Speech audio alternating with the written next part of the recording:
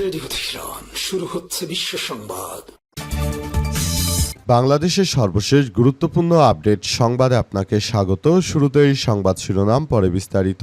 প্রথমে জানাবো, শরিকদের সঙ্গে দূরত্ব কমাতে 20 জুলাই যমুনায় প্রধানমন্ত্রীর বৈঠক। সরকার গঠনের পর প্রথমবারের মতো যুগপৎ আন্দোলনে অংশ নেওয়া শরিক রাজনৈতিক দলগুলো শীর্ষ নেতাদের সঙ্গে বৈঠকে বসতে যাচ্ছেন প্রধানমন্ত্রী এবং বিএনপির চেয়ারম্যান তারেক রহমান। আগামী 20 জুলাই সন্ধ্যায় রাষ্ট্রীয় অতিথি ভবন যমুনায় বৈঠক হওয়ার কথা রয়েছে। বৈঠক শেষে নৈশভোজের আয়োজন করা হয়েছে। আজ বিএনপির মিডিয়া সেলের পক্ষ থেকে সাইরুল কবির খান এসব তথ্য নিশ্চিত করেছেন। এদিকে 24 ঘন্টার পরও পানির নিচে অভিশপ্ত নিউ মার্কেটের বেশিরভাগ সড়ক। রাজধানী নিউ মার্কেট 1 নম্বর গেট সংলগ্ন সড়কে টানা 24 ঘন্টা পেরিয়ে গেলেও এখনো পুরোপুরি নামেনি পানি। আজ ভারী বৃষ্টিপাতের সৃষ্ট জলবদ্ধতা রেশ এখন পর্যন্ত ঢাকায় কাটেনি, সুতরাং জনদুর্ভোগ অব্যাহত রয়েছে। বিভিন্ন এলাকা এখনো পানির নিচে প্লাবিত হয়ে গেছে। এখনো থেমে থেমে বৃষ্টি হয়, রাজধানী ঢাকা একদম অচল হয়ে পড়েছে। এবারে জানাবো, অভিযোগ তদন্তে গিয়ে অনৈতিক সম্পর্কে জড়ালেন পুলিশের কর্মকর্তা। বগুড়ার ধুনটে প্রবাসীর স্ত্রীর সঙ্গে অনৈতিক সম্পর্কে জড়িয়ে যাওয়ার অভিযোগে থানার উপপরিদর্শক এসআই মোস্তাফিজুর রহমানকে প্রত্যাহার করে পুলিশ লাইন্সে সংযুক্ত করা হয়েছে। আজ বগুড়ার পুলিশ সুপার মির্জা সায়েম মাহমুদের স্বাক্ষরিত আদেশে এই কথা জানানো হয়েছে। এরপর জানাবো, টানা বৃষ্টিতে বিএনপির কার্যালয়ে পানি, নেতাকর্মীদের রিকশায় চলাচল, দ্বিতীয় তলায় বৈঠক। টানা বর্ষণে রাজধানীর বিভিন্ন এলাকার মতো জলবদ্ধতার কবলে পড়েছে নয়াপল্টনে বিএনপির কেন্দ্রীয় কার্যালয়। আজ দলটির কেন্দ্রীয় কার্যালয়ে সংবাদ ব্রিফিং হলেও ভবনের নিচতলায় পানি জমে যাওয়ায় চরম ভোগান্তিতে পড়েছে নেতাকর্মীরা। পরিস্থিতি এমন পর্যায়ে পৌঁছেছে যে কার্যালয়ের ভেতরে রিকশা চালিয়ে নেতাকর্মীদের পারাপার হতে দেখা গেছে। এবং সর্বশেষ জানাবো, মধ্যপ্রাচ্যে 5 দেশে মার্কিন ঘাঁটিতে ইরানের ধ্বংসাত্মক হামলা। ইরানের ইসলামী রেভলিউশনারি গার্ড কোর IRGC জানিয়েছে তারা মার্কিন আগ্রাসনের জবাবে বাহরাইন, কুয়েত, কাতার, জর্ডান ও ওমানে অবস্থিত যুক্তরাষ্ট্রের সামরিক ঘাঁটিগুলোতে হামলা চালিয়েছে। এক বিবৃতিতে IRGC জানায়, এ অঞ্চলে মার্কিন ঘাঁটিতে ড্রোন হামলা অব্যাহত রয়েছে। এতে আরও বলা হয়েছে যে কুয়েতে মার্কিন বাহিনীর উপর ধ্বংসাত্মক ড্রোন হামলা চালিয়েছে ইরানের সেনাবাহিনী, যার মধ্যে প্রতিরক্ষা এবং ক্ষেপণাস্ত্র ব্যবস্থা, বাংকার এবং সহায়ক আশ্রয় কেন্দ্র অন্তর্ভুক্ত রয়েছে। এর আগে ইরানের IRGC কুয়েতের আলী সালেম এবং আহমেদ আল জাবের ঘাঁটিতে হামলার দায় স্বীকার করেছিল। প্রিয় দর্শক, এতক্ষণ শুনছিলেন সংবাদ শিরোনাম, এবারে বিস্তারিত। তবে তার আগে বন্ধুরা, অনুরোধ থাকবে এই সংবাদটিতে একটি লাইক দিন। এই চ্যানেলে আপনি নতুন হয়ে থাকলে আমাদের সংবাদটি দেখতে দেখতে চ্যানেলটি সাবস্ক্রাইব করে রাখুন। কমেন্ট করে বন্ধুরা আপনার মূল্যবান মতামত জানিয়ে দিন আপনি বিশ্বের কোন দেশ থেকে বা বাংলাদেশের কোন স্থান থেকে আমাদের সংবাদটি দেখছেন এবং শুনছেন। আর বন্ধুরা, সংবাদটি আপনার সোশ্যাল মিডিয়া ফেসবুকে শেয়ার করে বন্ধুদেরও দেখার সুযোগ করে দিন। গাজা যুদ্ধে আপনি যদি নিরীহ ফিলিস্তিনিদের ভালোবেসে থাকেন বন্ধুরা, কমেন্টে ইয়েস লিখে পুরো বিশ্ববাসীকে আমাদের এই তাজা আপডেটটি দেখার সুযোগ করে দিন। এবারে বিস্তারিত। শরিকদের সঙ্গে দূরত্ব কমাতে 20 জুলাই যমুনায় প্রধানমন্ত্রীর বৈঠক। সরকার গঠনের পর প্রথমবারের মতো যুগপৎ আন্দোলনে অংশ নেওয়া শরিক রাজনৈতিক দলগুলোর শীর্ষ নেতাদের সঙ্গে বৈঠকে বসতে যাচ্ছে প্রধানমন্ত্রী এবং বিএনপির তারেক রহমান। আগামী 20 জুলাই সন্ধ্যায় রাষ্ট্রীয় অতিথি ভবন যমুনায় এই বৈঠক অনুষ্ঠিত হওয়ার কথা রয়েছে। বৈঠক শেষে নৈশভোজেরও আয়োজন করা হয়েছে।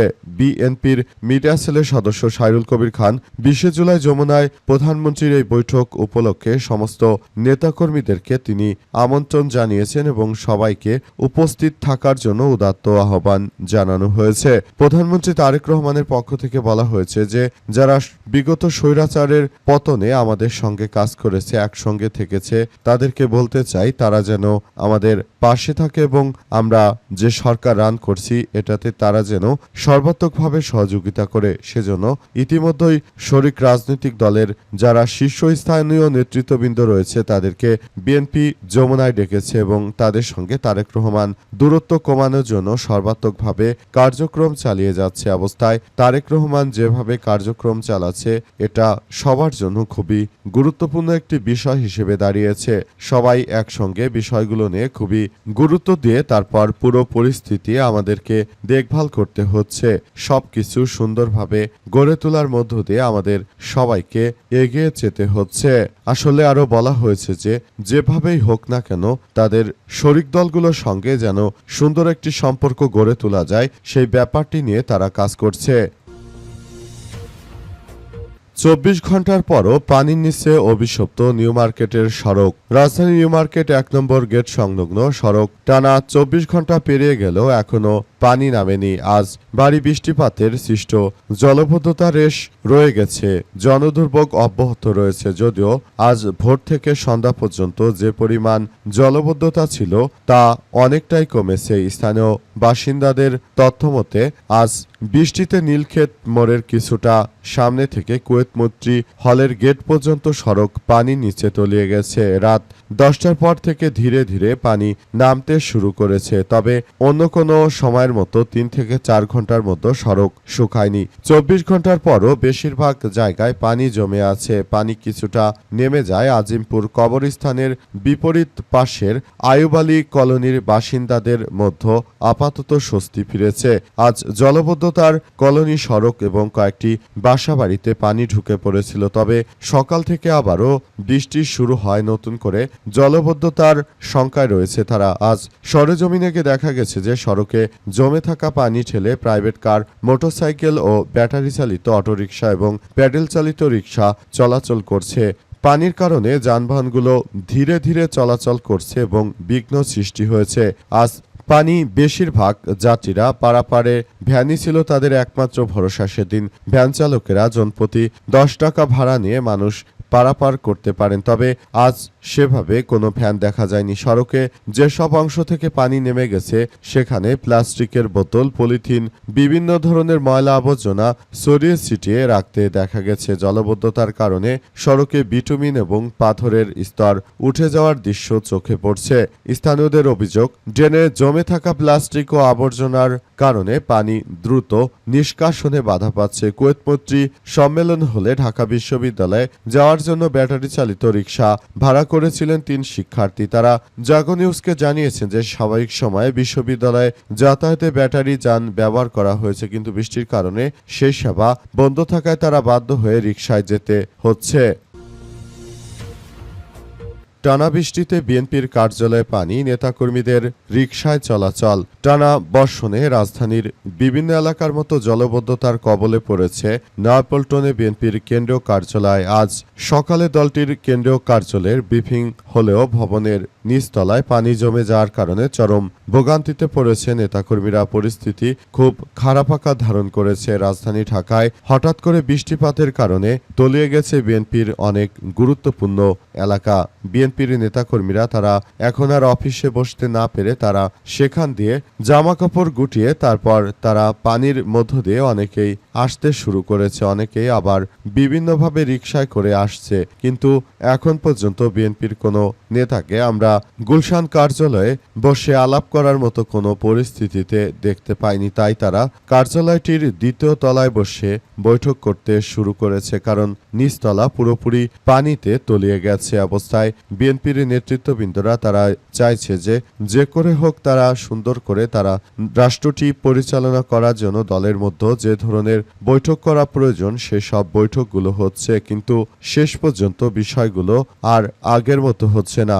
বিষয়গুলো এখন অনেকটাই পরিবর্তিতভাবে বৈঠকটি করতে হচ্ছে, কারণ দলের যারা সিনিয়র নেতৃত্ববৃন্দ রয়েছেন তারা অনেকেই এখন আর অফিসে আসেন না, কারণ তারা ইতিমধ্যেই নানাবিধ সমস্যার মধ্যে পরিলক্ষিত হয়েছে। অভিযোগ তদন্তে গিয়ে অনৈতিক সম্পর্কে জড়ান পুলিশের কর্মকর্তা। বগুড়া ধুনটে প্রবাসীর স্ত্রীর সঙ্গে অনৈতিক সম্পর্কে জড়ানোর অভিযোগে থানার পরিদর্শক বা পুলিশের এসআই মোস্তাফিজার রহমানকে প্রত্যাহার করে পুলিশ লাইন্সে সংযুক্ত করা হয়েছে।